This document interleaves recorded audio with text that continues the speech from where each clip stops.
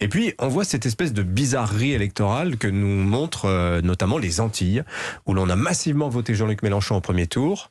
Et alors, on nous dit que le report de voix des électeurs de Jean-Luc Mélenchon s'est fait majoritairement au profit d'Emmanuel Macron. Et l'on voit que ça ne s'est absolument pas joué comme ça aux Antilles, où on a voté massivement pour Marine Le Pen avec des scores qui parfois excèdent 60%. C'est intéressant parce que c'est un vote de colère. Et ça nous dit quand même jusqu'où peut aller la colère. Parce que ce qui s'est passé aux Antilles, les Antilles, quand c'était en 2002, entre Jean-Marie Le Pen et Jacques Chirac, c'était 93% des voix pour Jacques Chirac. En 2017, c'était plus de 70% des voix pour Emmanuel Macron contre Marine Le Pen. Et hier, ça a été l'inverse. C'est 70% des suffrages exprimés à peu près pour Marine Le Pen contre Emmanuel Macron. C'est le vote de colère. Et là, c'est la jonction des extrêmes contre le bloc central, contre le pouvoir. C'est un vote anti-vax, très clairement.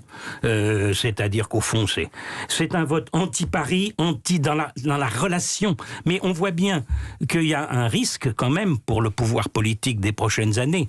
C'est que ce mécanisme qui s'est fait aux Antilles puisse s'étendre éventuellement vers la métropole. On peut dire malgré Jérôme Jaffray et Michel Vivorca, la convocation du front républicain, du barrage dont on dit qu'il n'a pas marché, mais enfin c'était carrément un front antifasciste. Certains diront le petit théâtre antifasciste. Bon, force est de constater quand même qu'il était assez important, Michel Vivorca. Et pourtant, aux Antilles, ça n'a pas fonctionné. Alors, je crois qu'il faut bien montrer, bien voir qu'aux Antilles, la colère, j'allais dire, est juste. La colère, elle a quelque chose à voir aussi avec ce produit, je ne sais plus si c'est un insecticide ou un pesticide.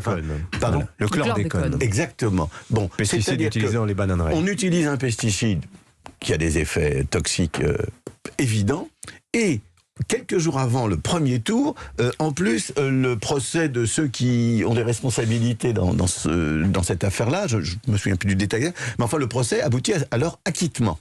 Et donc, vous avez une population qui se sent non seulement méprisée, mais tellement méprisée que sa vie même ne semble pas compter. Donc moi, je comprends cette colère. Et maintenant, je reviens à ce que vous disiez sur tout ce qui est anti-vax.